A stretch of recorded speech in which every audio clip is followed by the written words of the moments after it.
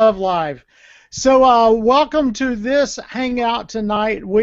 I've been in a series of Hangouts over the past week, trying to learn from podcasters who are getting ready to launch, and also trying to help them learn a little bit of the tricks I've learned through coaching other podcasters and through launching a few podcasts of my own. So this is going to be a two-way street here, guys. Jared and Stacy, we're going to try to learn from each other, and hopefully I can help you be better equipped, Jared, to let you lead your podcasters to launching with a little bit more success. And Stacy, hopefully I can help you with that as well. And maybe just maybe, I hope you can help me learn how I can help other people even better. So we'll try to make this a two-way street. So Jared, you told me you're getting ready to launch about 3 more podcasts in your network. First off, tell me a little bit about your network and what you're doing now, and then we'll get back to the other 3 podcasts. All right, sounds great. So the network idea in its entirety was the fact that I've been listening to podcasts for 5 or 6 years now.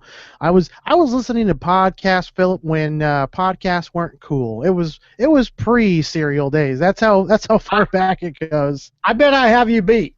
You might, maybe. I was listening to podcasts in the days of Radioland. Well, then yes, you have me beat by quite a bit.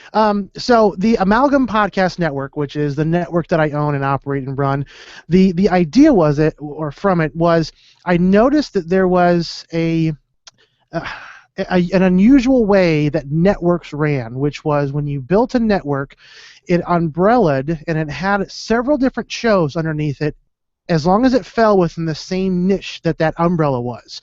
A great example would be like Chris Hardwick's Nerdist. It's a great industry, it's a great network, but they're all nerdy, geeky, technology. That type of forte is what they produce and provide.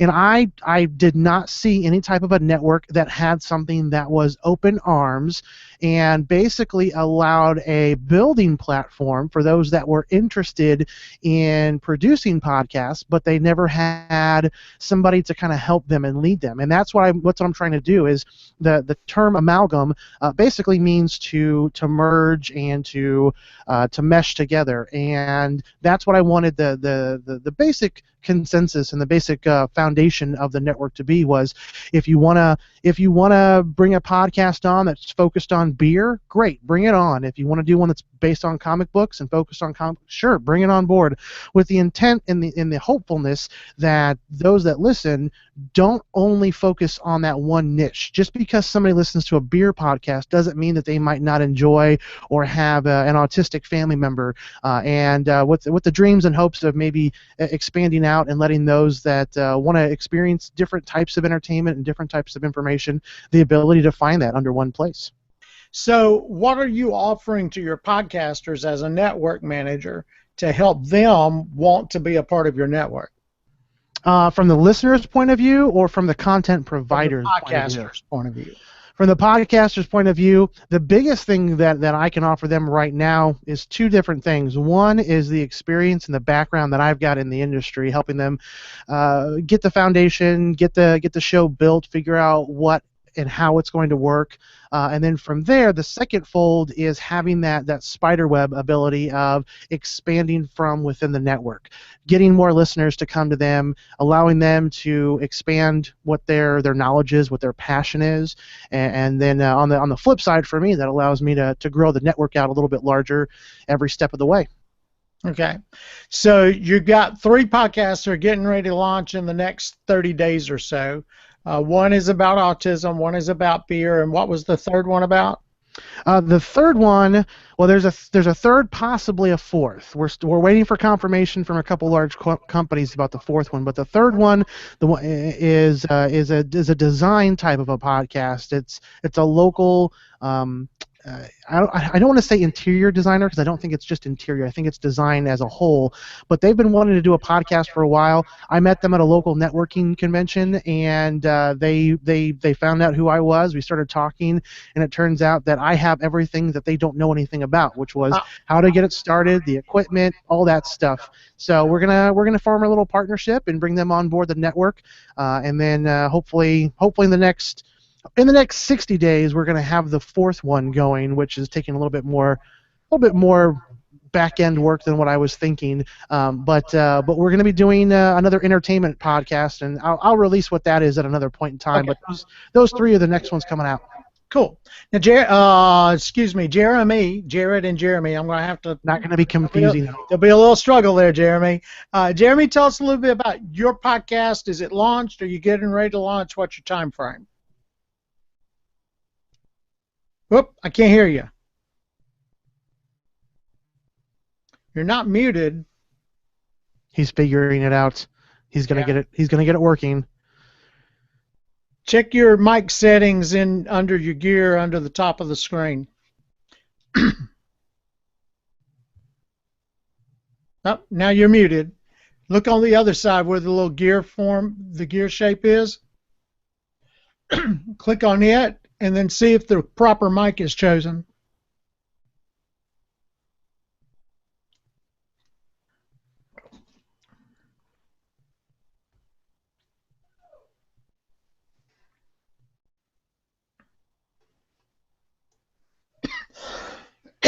Excuse me. Are you using a mic, Jeremy? I got it. How about now? There you go. Awesome. So tell us a little bit about your podcast, your plans, and if you've launched yet or not. No, I'm actually relaunching. Oh, I hate hearing myself. I'm actually relaunching 2 podcasts. One is LaunchPod Radio, it's a business, and the other one is Who's Behind the Mic, and that's just networking and chatting. I'm sorry, it's pollen time around here. So, networking, and then what was the first one again? That's business, startups, people in the beginning stages of launching a business. Awesome. So, both of those sort of lean on each other a little bit. So that's good because you can cross-pollinate a little bit with your audience. Jared, Jeremy, and Stacy, when you get ready, tell me some of the biggest struggles you're finding in your process of getting ready to launch. What are some of the problems you're having that can help you overcome? Hey, this is Stacy. Can you hear me well enough? Yes. Did you order anything for me to eat? I didn't, but if you want, I can go back through the drive-thru. That's okay. It's a long trip to my house, so it's all right. So no, I picked my daughter and her friend up from school, so I knew I wasn't going to make it back home, but I wanted to hop on here. Great. So yeah, my podcast is called Write of Your Life, WRITE, and so it's all about the podcast itself is for people who are not professional writers, either novice writers or not writers at all, people who don't even know they can write, to help them understand and write their life stories. So awesome. What that does is it helps them overcome adversity, they can write through difficult situations, they can recover from difficult situations, reflect back on their life, that sort of thing. So that's who it's for. And then the guests I'm going to have on are three different types. The first one is someone who's written a memoir or written about their life, whether they're published or not, because that's not the whole point is to get published. The whole point is to reflect on your life and grow from it. The second type of guest I'm going to have on is someone who is a writing resource, so someone who can say, okay, here's how you write dialogue, here's how you make your story interesting, or here's how you write through difficult times that, it's emotional. And then the third type of guest is either a counselor, therapist, somebody who can talk about the benefits of writing through or about your difficult times. Awesome. So, life story writing, memoir writing, and so that's what it's all about. And I just visited with Nick Jaworski, who is a producer. He produces the Shalene Show and Where There's Smoke, and which are two podcasts I love. Yeah. And he is fabulous. So I was just consulting with him a little bit, and so I think what we're going to do is have once a month have a story and do it kind of like This American Lifestyle. Mm-hmm. And do it that way, and then the other three I'm just going to do once a week podcast. The other three will be interview style. Okay. So when are you planning on launching? I'm hoping to launch towards the end of May, but this is my side hustle, so I'm going far slower than everybody else. I'm lucky to even be at this stage right now. Well, don't worry about it, because the fact that you're moving toward a goal and you're not standing still says a whole lot. So don't worry about that. So what are some of the struggles you three are having getting to that point of launching? Jared, you went first earlier, so I'll let you go first. Sure. Yeah. Why not? We'll keep middle school fashion going here. The biggest struggles that I've come across so far have, in all honesty, just been not even necessarily the launching process, but the outreach of the specific types. And I think that's going to be the same thing for everybody that is either on this Hangout right now, or if you're listening, if you have any interest in becoming a podcaster, is just how to get your show out there, how to get your name out there, how to let people know what's going on. I mean, I kind of have my process now of where I post and how I post on Instagram and Pinterest and Reddit, and getting ready to start Tumblr, and pretty much taking any social media aspect of it and then just hitting it hot and heavy. I'm not big on Twitter bombing, so I don't do that. I like to try to make things as... Jeremy knows that I'm terribly anti-Twitter bombing. Yeah. So, in all honesty, that's really the biggest hindrance that I've gotten to date, is just getting people to know about it. The first show that we launched was more of a purely entertainment show, and having a whole bunch of listeners wasn't necessarily the goal and the intent. The intent was to get into a regimen, to get into that mindset of, okay, this is the order that I need to do this is how I need to do it. Now that I'm in that mindset, now that I know the order that I have to do everything, now I can apply that same format to other shows. Now I just have to focus and fine-tune where I'm sending everything out to. Okay. Jeremy, what about you? What are the struggles you're facing right now? Mine is just time, balancing between family and this and work. So that's actually why I podfaded before, is because time is really against me. Yes, it is. Stacy, what about you? What are the struggles you're facing getting ready to launch? The main ones that you're facing. Yeah, the main one right now is getting podcast websites. I'm in the podcast websites. I started with that, but they haven't moved my site over that I have. I want to, before I reach out to fellow guests, potential guests, I want to have a nice website up and running. So I'm just struggling with that right now, and so that's just kind of beyond my what I can do right now. My biggest fear, though, is similar to, I'm sorry, the first person that spoke. Yeah. I'm afraid once I launch, there's going to be crickets. And I'm like, I want to get it out there. And so that's my fear. Right now I have about 10 different free downloads that are ready to start populating once I have the website. So I can start putting it on Facebook and Twitter and different quotes and free downloads, like, can I write about my ex, and other burning life story questions. So I've got a lot of that stuff going once I get my website downloaded. So I'm just afraid, what if nobody looks at it or wants it or something? So that's my biggest fear. Okay. So let me give you the advice I gave to Christiane Wargo and a number of others. And I point to Christiane because Christiane launched her podcast on January 5th. And in February, she was able to already attract people to a membership site on her website. And she's already monetizing her podcast and providing herself with a little bit of revenue, and it will grow from there. Sweet. So it is possible to monetize, and I strongly suggest not monetizing with sponsorship, so because then you become beholden to he who writes the checks, and so you don't want to do that. So there are a number of other ways to monetize your content, monetize your podcast and your business, other than selling sponsorships in your podcast. So, but before we get there, here's some of the steps I gave Christiane that helped her get to the point. Number one, so that on January 5th, she was going to release a weekday daily podcast. So on January 5th, when she launched, she had 25 episodes launched on Libsyn. And she had another 25 episodes in the can, scheduled, ready to go out. Now that takes work, it takes strategy, and it takes a little bit of time.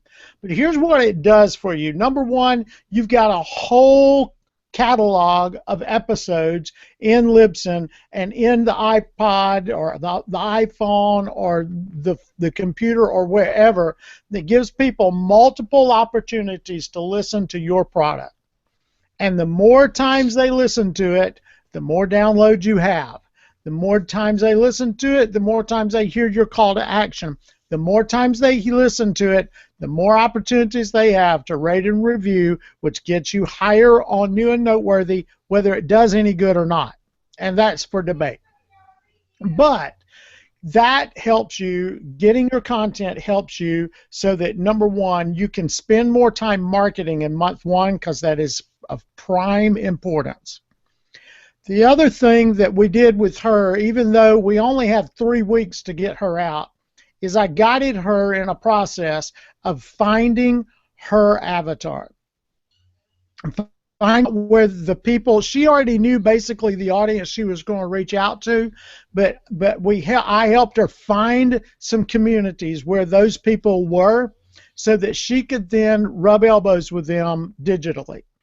And by that I mean she's in the forums, she's in the Facebook groups, she's wherever that they are, and she's communicating with them, listening to them, and she's cataloging some different things to help her be able to grow her podcast, to help her create content, to help her already start working on developing an audience before she even launches her podcast.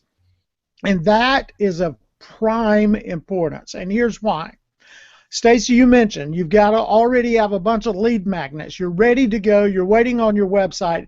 And podcast websites is going to be awesome. But even between now and then, if you can get a Lead Pages 30 days account for free, go on and set up a lead page and begin offering some of these things and get some email addresses, so that when you're ready, when you're getting a little closer to launching your podcast, you can start trickling out some information about your podcast. You can start giving some tips and some things you've learned in some of those interviews and some of those stories. You can give a little bit of a trickle of some of those stories you're going to be using because you're producing a bunch of them in advance.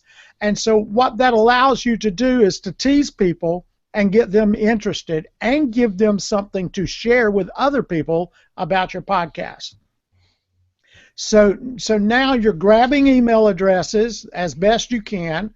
You're communicating back and forth with people in all these social forums, and you're helping them solve problems. And by doing so, you're giving value to them so that they see you as valuable. And when you do that, your audience will grow, and the day you launch, you will have a built-in audience. Did she start with a list? No. No. No, and she broke 10,000 before the 1st of March. Oh my No, God. no, I take that back. She broke 10,000 before 30 days. That's crazy. So it can be done, and you know, I'm witness to the fact that it can be done, and it can be done strategically, and it can be done well. And the cool thing is, are you ready for this? There was no Twitter at all.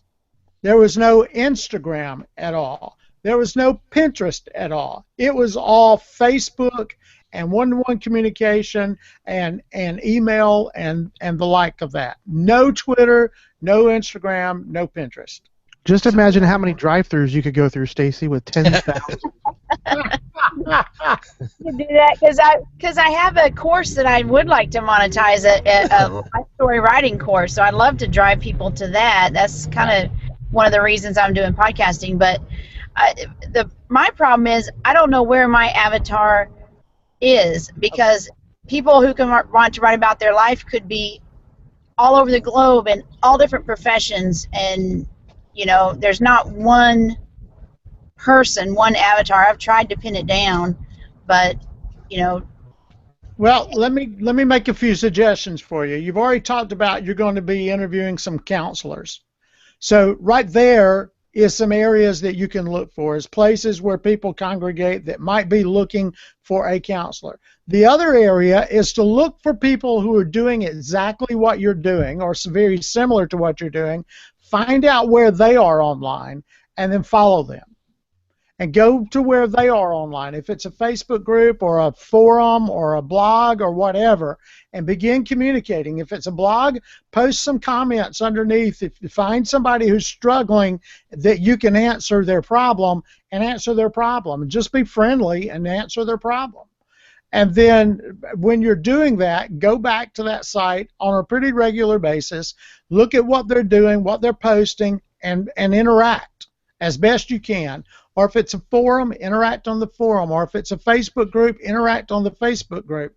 But start building that dialogue with those people who will benefit from what you're going to offer. Okay, that's good.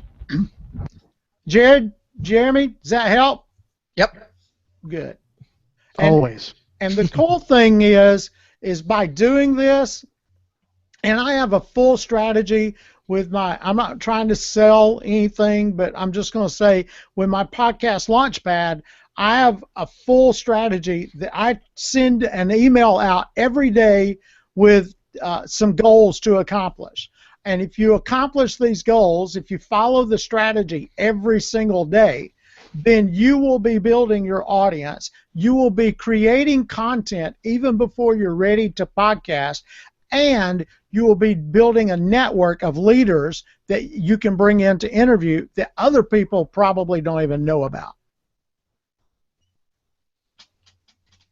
Would you do that for potential guests, as find where they are and comment? Like one of the guests I really want is Brene Brown, an author.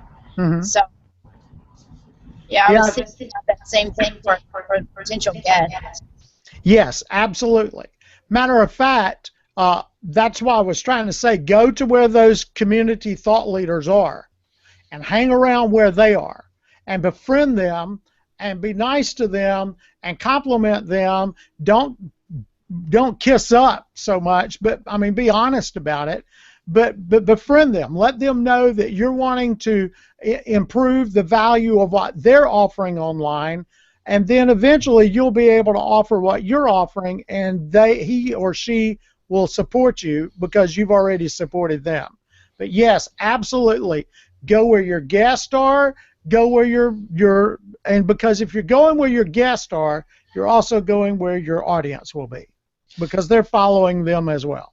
And it's a great way to pick up content as well, because you know what's going on in that community. You know what you can voice your opinion on or share to help increase the level of it. So absolutely, Jeremy. And that's part of the strategy. If you go where they are, you're hearing their problems, you're hearing their pains, and hopefully you're finding some ways to solve those problems or pains, or already know it. And so you're immediately offering advice, or you go and Google an answer and offer them a link, or hopefully you've already written something and it's on your website and you can provide a link to your website. Boy, wouldn't that help? because now they see your call to action, and hopefully they'll subscribe to your email list. Right. Jeremy, does that help you with your network? I mean, excuse me, Jared. Jared. Oh yeah, absolutely. So that's the one of the biggest things I can suggest to anyone who's getting ready to launch a podcast. Because if you go where your audience is before they're even your audience, you'll be able to drag some of them into your crowd, and you'll be able to use them because you've given to them, you've helped them. You'll be able to apply that scratching back to when you launch your podcast, and you will automatically have a launch team that will help you spread the word. That's one of the things I found last time when I was there is being reciprocating. Yeah. The words. The reciprocal relationship. Yes, and in the communities, I have also noticed people love to give back if you've offered them something of value, and it just goes on, and then they're passing you on to their friends, and then friends of friends, and it grows exponentially. It really does. Yeah. Jeremy, I know that you're in Podcasters Paradise. Jared, are you in Podcasters Paradise? I am not. Okay. Stacy, are you in Podcasters Paradise? Stacey. She's eating her food. Okay. Well, here's the reason why I asked. Jeremy knows for a fact that I've been in Podcasters Paradise for quite a while, and I'm very active in that community. Not so much asking, but providing. Mm-hmm. I find stories that are interesting that I think may apply, that is not directly applicable to podcasting, and I'll put them in and say, hey, what do you think about this? How couldn't this apply to podcasting in this way? Or if somebody has a problem, I'm one of the quickest guys, and I'm proud to say that because I really love helping people. I'm one of the quickest guys to jump in and say, maybe this is your answer. Or I've even created video tutorials on using Audacity and then using Audacity and iTunes to convert your WAV file to an MP3 that's already got its tags in it. So, I've created some stuff to be able to help people accomplish some of the problems, overcome some of the hurdles that they have getting their podcast out and ready to go. So I've done that because, number one, because I enjoy helping. Number two, because of my broadcast experience, I have a few skills already under my belt in this industry. And number three, because I knew that if I helped people, that eventually when I need help, I'll get it. Yep. So I strongly encourage. Matter of fact, Seth Godin. I don't know if I hold on a second.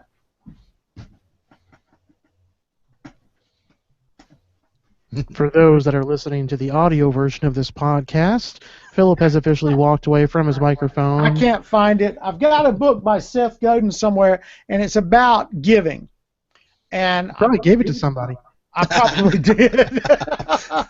But the point is if you build from the attitude of giving, of helping, of assisting, of leading, then you will have followers. And I posted a video on my Facebook timeline that is talking about a leader. And the fact of the matter is the leader is not really the important guy. The important guy is the first person to jump in behind him. Because that first person that jumps in behind him gives validity to the one who is leading. And when that happens, it makes it easier for the other people to jump on the train. So if you're leading, the most important thing you can do is give enough to people that they will jump in behind you and begin the movement. Yeah, once you get that super fan, you're pretty much golden. Exactly. So any other problems that I might could help with?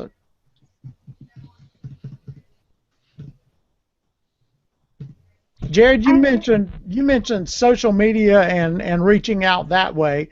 Are you using any automation software to help you accomplish those goals? I do. I actually use If This Then That quite a bit. I'm very, very pro automation as much as possible. I do, and I did early on, draw a very, very distinct line in the sand when it came to whether it was a new show promotion or if it was generic outreaching. And the reason why I drew that line was, as great as automation is, all of the different social media aspects work independently.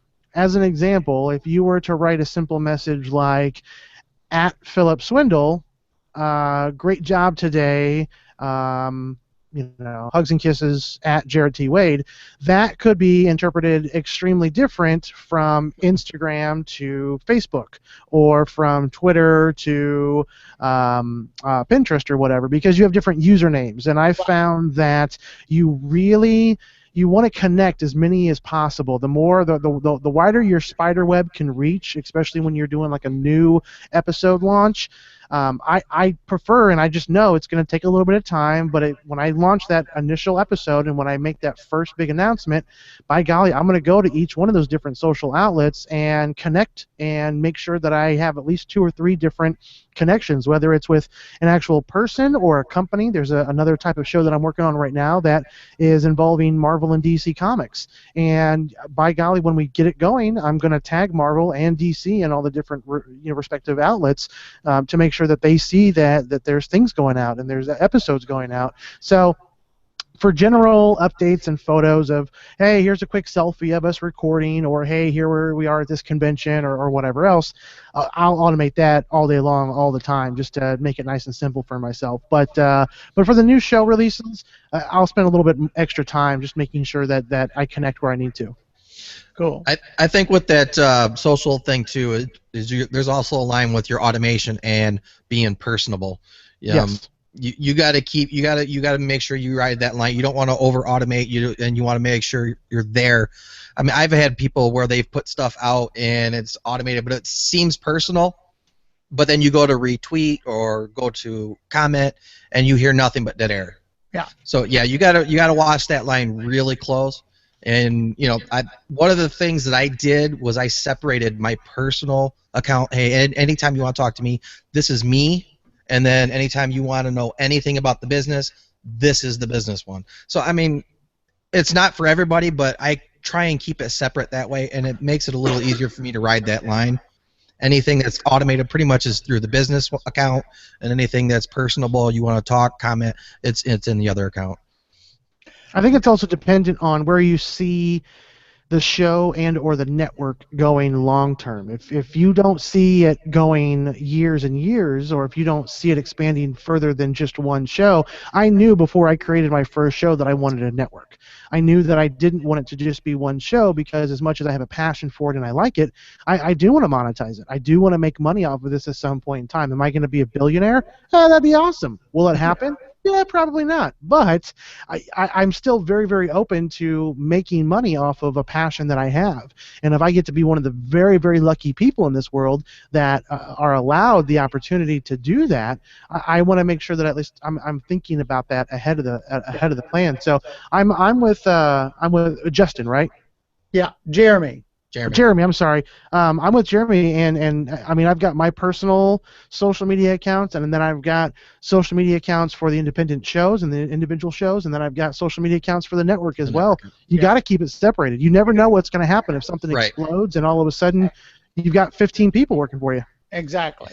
Or if you get somebody mad at you, then you don't want them hooked to your personal account. Exactly. And the reason, well, see, I use Social Oomph, and I'm not a big fan of Social Oomph, but that's what I'm using right now, because that's what like a reverse product placement.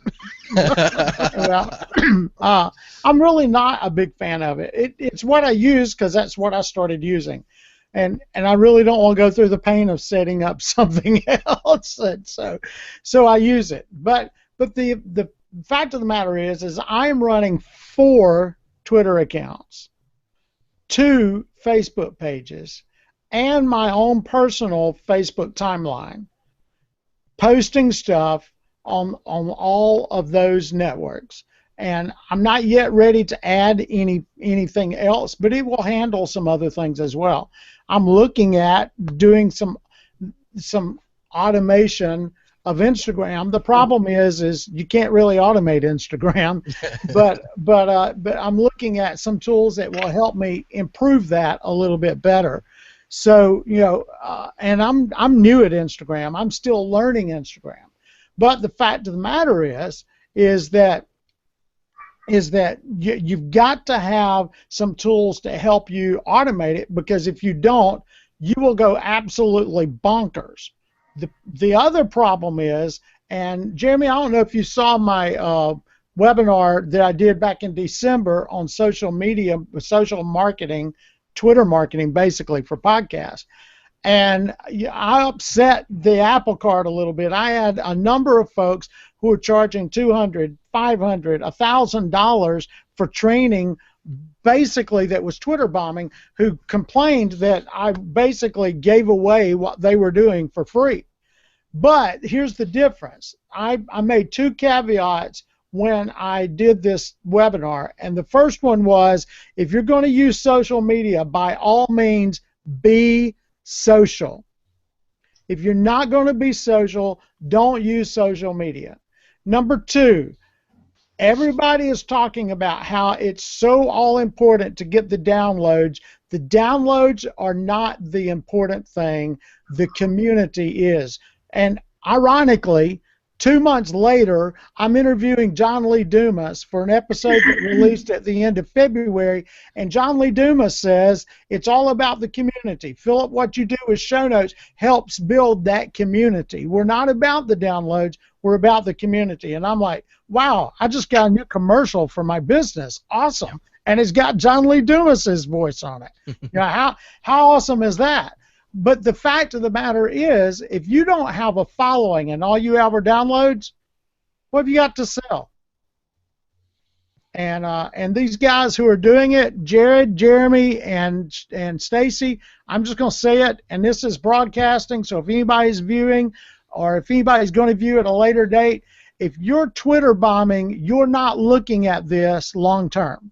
You're looking at this for the short fix. And we don't need any short fixers in the podcasting community. That ought to piss a few people off. No, I completely agree with that too, because if you're Twitter bombing, you're just throwing stuff out there. If you're offering something to the community, they're looking for it. Yeah.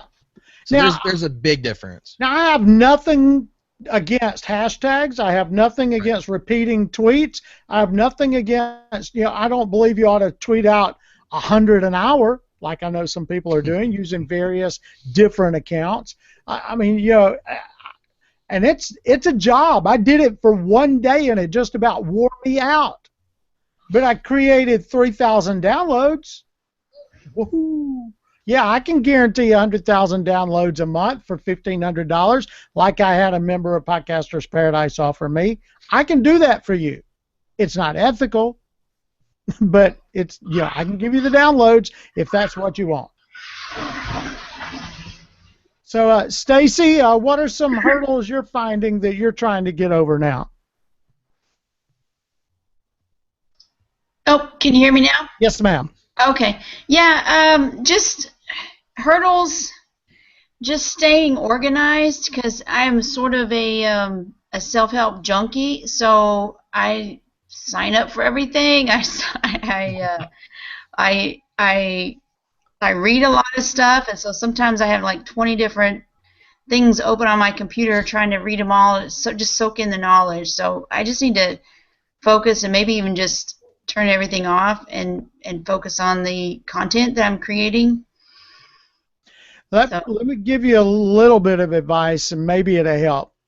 And this I had to do because I'm like you. I've got Chrome and Firefox and Safari. I've stopped using Firefox because it is just a horrible RAM hog. But I'm using Chrome and Safari, and I used to have 2 or 3 windows of each browser open and about 15 or 20 tabs on each window open as well. And let me give you a suggestion, and it's going to take a lot. It took me a lot to get to this point. But I still have Chrome and Safari open, but I limit myself to 4 tabs in one window per browser. And what that has allowed me to do is makes me focus on getting that task and that tab done. And it also, I've found this benefit as well, it also makes me not check my email every 5 minutes. I now have had to develop a strategy whereby I go to check my email at certain times a day. And by doing that, it's made me focus a little bit more. It's made me streamline a little bit more. It's made me, and the same thing with Facebook. I typically am not on Facebook, although it looks like I am. I typically am not on Facebook all the time. I have set times in the day where I try to go back and answer any questions, or I will say this, if I'm in the middle of something, or if I'm not, and I'm taking a little break just to rest my eyes or my fingers while I'm typing or whatever it is, and something pops up on my phone that I think I need to answer to, I will answer that quickly. But I'm not spending time in Facebook unless it's blocked off in my day to do that. And Stacy, I'm telling you, if you'll develop that discipline, you will increase your productivity to untold ends. Yeah, that's true. I've already discovered that at Facebook. I have to turn it off, you know, and have swatches of time that I don't even look at it.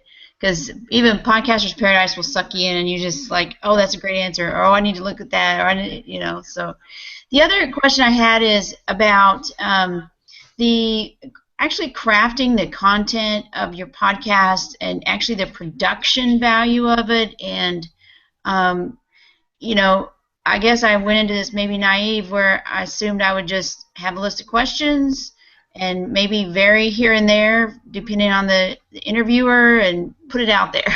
So can you talk about maybe the production and quality, and you know, how you add in other different sounds if you need to, or is that even necessary? Is that just overkill for a newbie? Things like that. Okay, as far as production value, number one, you need a good mic. The better mic, the better audio quality. You need a good mic, but it doesn't have to be an expensive Heil. I'm going to pull my camera a little bit. I have an AT2020, Audio-Technica 2020. Notice the cheap rubber band holding the mic foam on. That's my mic. It's a condenser mic. I don't recommend a condenser mic unless you really know how to use it, but that's a condenser mic. By the way, you like my puzzles? And it plugs in with an XLR cable that goes into my by the way, this is an old USB audio interface. And it goes in here, and then I have my mic, and then I have another line that's available there. And it goes in through the USB to my computer. Now, if I'm not mistaken, the money that I put into that was about $89 for the mic, about $12 for the mic cable, about $50 for the audio interface because I found it at a music store that was going out of business, and then $12 for the USB cable. Now, that's a whole lot cheaper than a high-end microphone. That's a whole lot cheaper than an EV, what is it, RD20? What is that, Jared? I keep muting myself because I'm doing stuff over here. That's so every okay, time that you talk to me, I'm like, Is that an Electro-Voice mic? No, this is actually the Rode Procaster. Okay, so that's even probably cheaper than the Rode. I'm not sure. What's the Rode go for now? What was this? I think this was in the lower 2 range. Yeah. I don't know. So I've already spent less than that. Rub it in. I'm sorry. I've already spent less than that. I've already spent definitely less than a Heil or an EV or a number of other broadcast quality mics, and I've actually used this mic in a newsroom at a radio station, and it matched up with RE20. So it's a good mic, but it didn't cost me $200-300 or more. So you have the commitment to quality, but don't let it kill you with your budget. And so have that commitment. Yeah, this mic was actually $229. So Okay. Stacy, you might only want to get 5 or 6 of these just to start out with. No, actually, I have an ATR 2100. Great mic. Yes, Yep. yes. And it's a great starter mic, and you can always improve from there, but it is a great mic. The only problem I have with the ATR is that I have found through observation and talking to as many people as possible that an ATR is not always reliable. It doesn't last a long time. Thank goodness they've got a nice warranty on it, but the problem is if it breaks down and you're not banking episodes and you've got to get one out next week, you are not going to get that next one out because you've got to send it off to get one back. So be very, very careful with an ATR. Okay, that's good to know. I also have a Roland R05, but apparently I don't need that unless I'm going out, out somewhere. So No, I would suggest here's what I suggest to you. If you have a Roland, thank your lucky stars above if you have a digital recorder, and find a way, and some of us can help you do that, but find a way to record onto the Roland and into your computer, because it's always good to have a backup. that's cool. If you have somebody that can help me figure out how to connect whatever cords, that would be fabulous. And I'm pretty sure there's some YouTube videos out there to help you do that as well. Yeah. What is it, a Roland, one more time? He's got a Roland R05 outboard digital recorder. Yep. And so, but yeah, you can record, and if I'm not mistaken, you can record left and right channels. Correct. And do that in the Roland and do that on your computer at the same time. And yeah, always, if you can, have backup systems in place. Cool. And then, if you can double end it at points too, that's also a good backup. Well, and I'm going to make a suggestion there. I wish they'd give me an affiliate link as much as I promoted these guys, but PodClear. Yeah, PodClear is awesome. PodClear.com is an awesome tool, and what it allows you to do is you can use Skype, you can use Google Hangout, you can, if any type of two-way communication on the computer, VoIP type two-way communication, you can use it, and PodClear will record your audio on your computer and your guests, multiple guests, audio on their computer, and then it will sync it. It will upload that audio into their server. They'll mix it, and they'll process it slightly, and then they will send you your audio, your guest separate audio tracks, and a mixed version of it. And the cool thing about that is if you don't make any mistakes, then you can actually take that mixed version and just send it out and go live with it. If you do, then you can take all those various tracks and edit them, or have your editor edit them all into one piece. So PodClear is an awesome, awesome tool, and Hannah really ought to pay me every time I say that. It's a very good service. I'm glad that they decided to come out with it too. Yeah. Matter of fact, if I had to use PodClear on this, at the end of this, I would get 1, 2, 3, 4, 5 audio tracks from them. Yep. The mixed, mine, Stacy's, Jeremy, and Jared's. Now the problem is Stacy popped out and popped back in, and you would think that would cause her to stop recording. And it would, because she actually changed computers. But had she not changed computers and dropped out and came back in, her recorder would actually continue recording until she got back on, and until I sent the message to stop recording. So that's really cool, because if she drops out, then and you don't have any other way of doing it, then you have a little bit of a problem there. So that's really cool. The other cool thing about it is if I did that, you all would have a PodClear window on your computer, but you would have absolutely no control over that. I would completely control that. So your guest can't mess it up. That's pretty cool. How much does that run? Oh. Do what, Jared? Oh, I'm sorry. No, go ahead, Stacy. I was just saying, how much does that run? Is it per episode, per minute? They have not yet released their prices. It's still in beta, and it's supposed to come out of beta the end of this month. So I haven't seen an announcement of rates. Jeremy, have you seen any rates announced yet? No, she hasn't posted anything yet publicly. So they're working on it. They're trying to get everything ready to roll out at the end of the month. And pricing strategy was one of the last things they really have been working on because they've been so focused on developing this awesome product. But it's podclear.com. Yeah, it looks like as of today, you can still sign up for like their mailing list, but that's about it. They apparently followed me on Twitter on January 9th. That's about as far as we've gotten. That's awesome.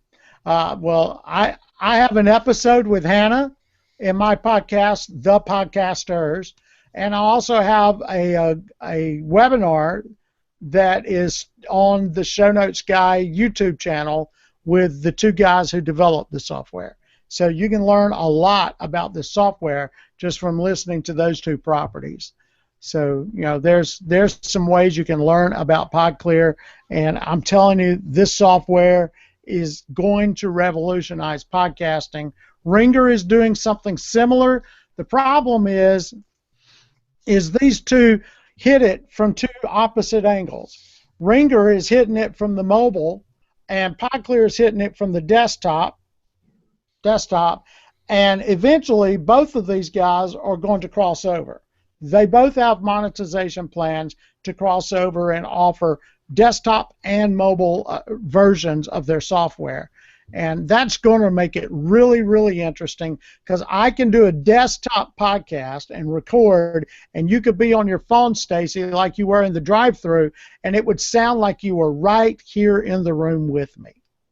And Wow. I could even hear what you were ordering at Chick-fil-A or wherever you were. That's amazing.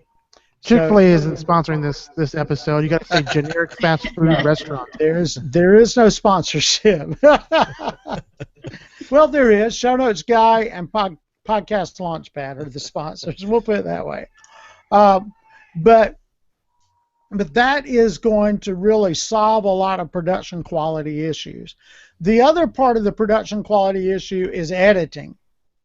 And all I know to tell you about editing is, yes, it is a time-consuming process. And, yes, you will get faster at it as you go. And if you pay attention to the episode I did with John Lee Dumas, the first half has some awesome tips on how to record so that it makes editing faster, and then how to go back and edit faster. And John Lee Dumas is able to record 8 episodes on Monday and edit 8 episodes in less than 90 minutes on Monday night. Yeah, I listened to that a while ago. I guess when it first came out, it was good. It was Thank good. you. That was something that I really wanted to hit on, even though I was doing a focus on Twitter bombing that month, is because anybody that can edit 4 hours worth of audio in an hour and a half deserves some type of special recognition and ought to be teaching other people how to do that. And so I wanted to make sure that I nailed him to the wall on that one and got some of his tips and tricks. So going back to PodClear for just a second, Okay. Looking at their homepage, am I correct in understanding that each, we'll just say laptops for the sake of conversation, each laptop has to have their software installed? Each computer must have the software installed, but what happens is you have the controller software, and then you schedule the podcast in PodClear, and by doing that, you type in their email address, and it sends them an email confirming that the interview will be at such and such a date at such and such a time. It will include an instruction list that says, click on this link and download. We use PodClear. Click on this link, download this software. It's a very small file, and it automatically recognizes whether they're coming from a Mac or a PC. And so it downloads the accurate software, and then it gives them a PIN code. And so when it opens up, it asks for the PIN code. They type in the PIN code, and then it alerts you that they're ready to start the episode. So the only issue that I could see is if you were to do interviews with any type of a corporate entity, and their hardware has got their own IT division that doesn't allow them to install specific types of software. I'm very excited about the software that PodClear has. That's the only one that's the only downfall that I see right now, is that possibility of you not being able to installing it over there. So as much as Stacy's, I want to say, yeah, definitely go for it. I would say yes, definitely go for it. But just like Philip said earlier, you want to make sure that you have a backup. You want to make sure that you have another source just in case something happens and you're not able to use PodClear for one reason or another. You've got a default plan B ready to roll without too much of a hindrance. I record in 3 different ways. Three. Standing not up, 4, 3. sitting down, and No. oh. Sideways. I record with Ecamm Call Recorder. I record with PodClear, and I record with an external digital recorder. And then when I record with Ecamm Call Recorder, I save it into my Dropbox automatically. So now I have two versions of that. I have it on my hard drive in my Dropbox folder, but I also have it in the cloud in Dropbox as well. So that's a nice little trick to learn as well. Redundancy is a beautiful thing. Yes, and it's paid off. Redundancy is a beautiful thing. A beautiful thing is redundancy. Repeating Stacey, I got a things. question for you, if you don't mind. Do you use Google, their business apps, i.e., not Chrome, but like Calendar and Drive and all their different add-ons? Do I use it? Well, you can answer that too, Phil. But I was actually asking Stacy because she was okay. talking about organization. Yeah. Oh, so you were asking me, do I use Google what? Yeah, all the different apps from Google. So you've got business Gmail, of version. course, but then you've also got their calendar. You've got Google Drive, of Yeah. course, Hangouts, which is what we're using now. Right. Yeah, I have all of those. Okay. Are you using the business version or the free version? Free, just the Okay. free version. The reason why I ask is because you get a lot of really cool tools in the business version, and it's not very expensive. Was it $5 a month? Yeah, $50 a year. Yeah. So it's worth it. It's worth it. It's worth it on more than just the cool add-ons. The tech support, especially if you plan on doing any recordings over Hangout, the tech support is significantly better for business than for the free version. And then on top of that, you of course get additional storage space. So as Philip was talking about, having backups and uploading things to Dropbox. I use Dropbox as well, but I actually use Drive a little bit more. So being able to share through there and work on different files that I'm working on, different scripts that I'm working on, all that fun stuff. You were mentioning before, Stacy, about just staying organized.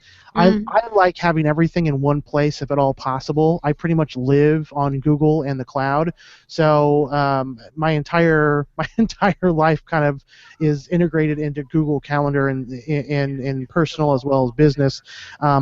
Finally, this is more of a businessy type of a thing, but your email, something as simple as whatever your email is, and if you're looking at my email right now, it's actually an @gmail.com. I have not made the investment into the professional one yet, as I have with a couple of my other businesses, but I think it adds some credibility to who you are and what you're doing, by having something like Stacy@yourpodcast.com or whatever else, Yeah, just for the sake of I've got branding, if nothing Stacy else. At rightofyourlife.com. Yeah. Well, see, I still use the show notes guy at gmail.com, and I explain to people why I do, because I transfer freaking huge files on a regular basis, and it's always best to have Gmail so that I have those freaking huge files accessible at any time. Oh yeah. And so I do use the pro version, but I still use the @Gmail because it makes my life a little bit easier. And so I've got it all synchronized into each other. Yes, I could use with the pro version Philip@shownotesguy.com or shownotes@shownotesguy.com or whatever, but I've yet to find the time to be able to change all my marketing properties or the money to change all my marketing properties. And so when I get rid of all my marketing properties, guess what I'll do? Buy a Rode microphone? No. Oh. I'll change my email address. That was what you got. And I take all my marketing, my business emails that are branded, and they all get forwarded to my Gmail. So anything I do is on my Gmail anyway. So Yeah, that's the smartest thing to do. Use the POP3 forwarder and grab it from Gmail. Yep. Any other questions? And I will. I promised earlier this week and last week that I wouldn't sell anything on these Hangouts, but I will encourage you to visit that website and see if what I'm offering might be something that could help you. Philip, whatever you're offering is usually very helpful. Well, thank you, Jeremy. This one costs, though. Can't give everything away for free. No, I can't. Basically, what Podcast Launchpad is a 60-day strategy with one-on-one coaching and group coaching and daily emails to hold your feet to the fire, make sure you get things done so that on day 61, when you're ready to launch, you will launch with an audience built in. You will launch with a launch strategy. You will launch with an ability to grow your podcast astronomically, Launchpad, astronomically, so that when you are launching your podcast, you will be set with the right energy and the right direction so that your trajectory will put you in the stratosphere for success.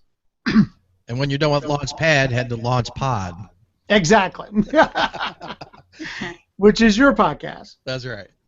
And I'm working on some other things for New and Noteworthy and stuff like that. But it's a 2-month process. And yeah, it costs a little bit. But I don't know if you can see my board back here. But I'm already working on some stuff that is extra. Hey, Mercy. Hey. I'm sorry, How are you? we're wrapping up actually. That's okay. I'll join tomorrow. Great, awesome. I was just making sure that my settings will go through. Oh, good. So if you see that board back there, you see that I'm working on some stuff. You probably can't read it from here, but I'm working on some training tools for WordPress, podcasting, email, social marketing, and mobile marketing. And then I've got another module for content creation. And so using those tools, I'll have some other things to cut my head off. I have some other things to give to the guys who sign up, the first 5 who sign up. And those things will eventually have a price tag as well. but that way, the first 5 who come in, they'll get more than their money's worth because I'm also giving them 2 free show notes out of the deal. So, if anybody's interested, you can go to that website, register, sign up, and I'd be happy to have you. But I promise you, when you get finished, you'll be going, good Lord have mercy, I've already written all my daily emails. And at the end of it, you'll go, yeah, he said 60 days. I've got a few days of rest built in there, but it is strategic in building your audience, finding what content you need to create, finding ways to market socially even before you even start podcasting, so that on day 1 when you podcast, you've got a catalog of material in Libsyn ready to go live. You've got a catalog of material in Libsyn ready to be streamed out on your scheduled days of release, and you've got people already promoting your content so that your audience will grow exponentially. Awesome. So if you're interested, that's the website, podcastlaunchpad.net. because Stacy, I don't know if you can see the video yet or not. No. But if you're interested, I'd love to have you. I'm going to limit it to 5. Eventually, that class will grow, but I want to really spend some time focused on helping those 5 people be able to launch, and the price will go up too as well. So Say that again. Podcast launch what? podcastlaunchpad.net. / Chick-fil-A / Rode microphone. Oh, hey, I love Truett Cathy and Chick-fil-A. Don't diss Chick-fil-A. No, my son turned 5 years old today, and my son loves Chick-fil-A. It's one of the very, very few fast food restaurants that we can actually take him to because of his gluten diet. And he every time that's one of the few words that he knows is chicken. And when he sees that Chick-fil-A sign, he is all about it. The staff is amazing. I have no complaints. So please don't take anything that I'm saying in regards to Chick-fil-A. It's all in good humor. They're good people and good food. I was just picking. By the way, happy birthday to your son. Thank you very much. He went to the Thank you, Jeremy. circus. Jeremy just posted the link in chat. By the way, Jared, I would lead everybody, having been a former music minister in church, in happy birthday, but my voice is just about gone. Well, I appreciate it. Well, thank you very much for coming tonight. Very helpful. I hope you were able to leave with some actionable tips that will help you be ready to launch, whether it's 1 podcast or 3. Fabulous. And Jared, I really think that if you were to take what I just shared tonight and give that to every one of your podcasters and let them put those into action, you'd have better podcasts and you'd have a better audience for those podcasts. I'm looking forward to starting the process. Well, I invite you to join the Podcast Launchpad group because you will be able to take all this information and share it with your podcasters from now on. Very, very cool. Thanks, Philip. Have a good one, sir. Jeremy, thank you very much for participating. Bye-bye, guys. Bye, Stacy. Have a good night. Thanks. Jeremy and Jared, y'all have a good time chatting with each other. I'm glad I got 2 guys connected with each other. That'll help you a little bit. Appreciate it. Mercy, I'll see you tomorrow morning. Okay, sounds 10 good. a.m. Central. We'll Have a be there. good one. Bye-bye. Bye.